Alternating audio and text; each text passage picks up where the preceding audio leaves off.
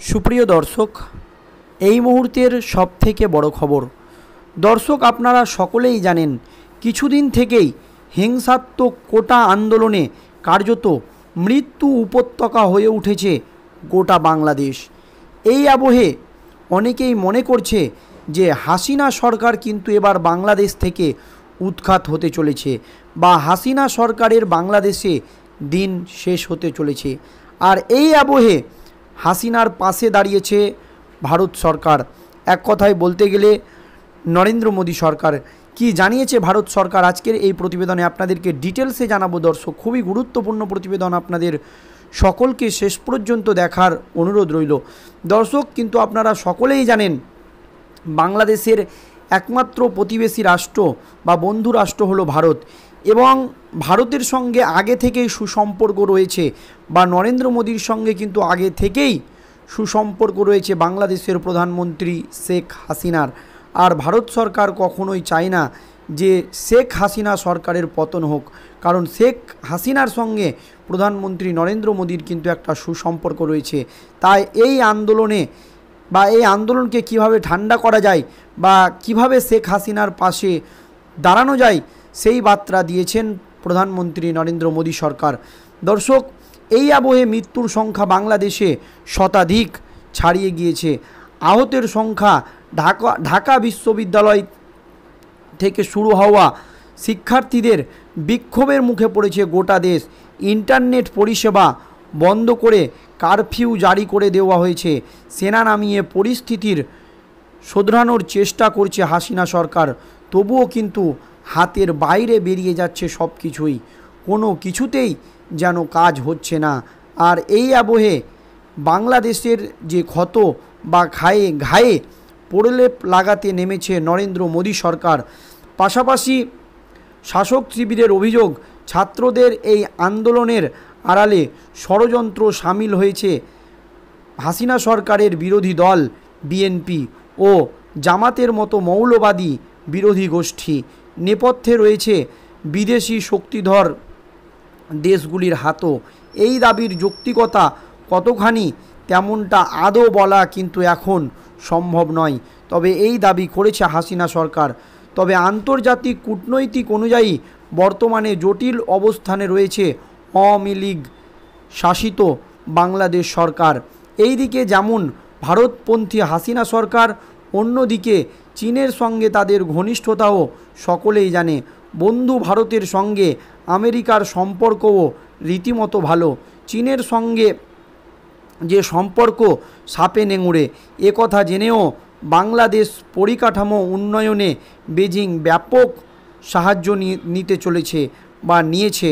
তবে চলতি জুলাই মাসের শুরুতে চীন সফরে বেজিং থেকে $1 বিলিয়ন মার্কিন আর্থিক সাহায্যের আশ্বাস আদায় করেছে হাসিনা সরকার।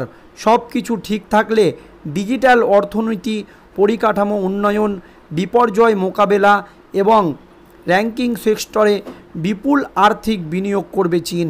এছাড়াও বাংলাদেশের থেকে কৃষি পণ্য কেনার বিষয়ে চুক্তিবদ্ধ হয়েছে চীন বলে সূত্রের খবর। অন্যদিকে সেন্ট মার্কিন দ্বীপে সেনাঘাঁটি বানানোর যে মার্কিন আর্জি খারিজ করেছে ঢাকা। স্বভাবতই যা পছন্দ হয়নি ওয়াশিংটনের, অর্থাৎ মার্কিন প্রশাসনের।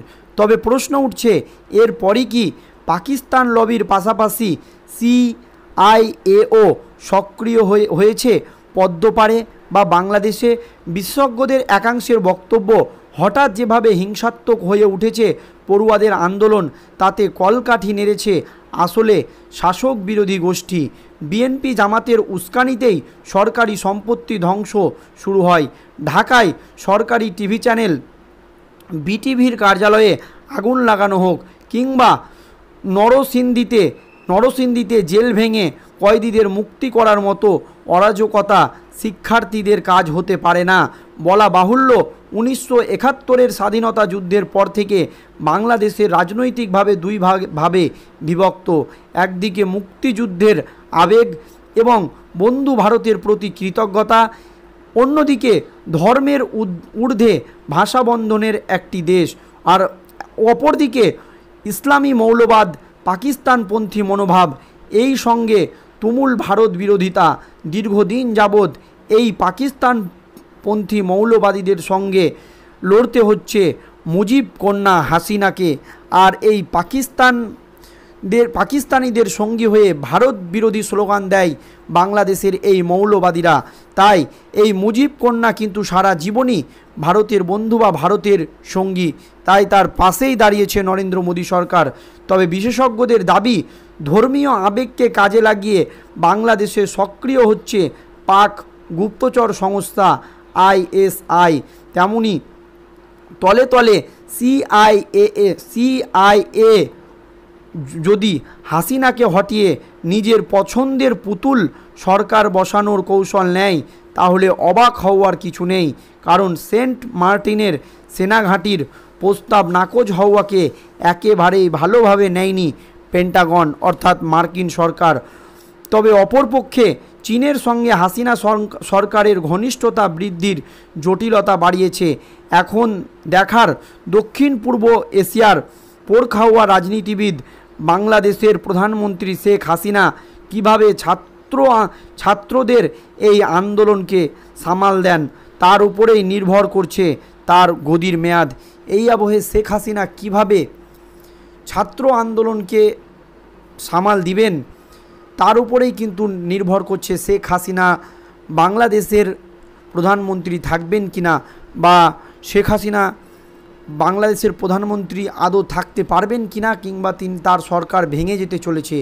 আর এই আবহে ভারত সরকার কিন্তু শেখ হাসিনার পাশে দাঁড়িয়ে শান্তির বার্তা দিয়েছে। কিভাবে এই ছাত্র আন্দোলনকে বন্ধ করা যায় বা বাংলাদেশের এই ছাত্র আন্দোলনকে কিভাবে দমানো যায়, তার প্রচেষ্টায় কিন্তু চালিয়ে যাচ্ছে নরেন্দ্র মোদী সরকার। তার জন্য বাংলাদেশে শান্তির দূত সেনাবাহিনী বা শান্তির দূত প্রকল্পের কিছু একটা পাঠানোর চেষ্টা করছে নরেন্দ্র মোদী সরকার।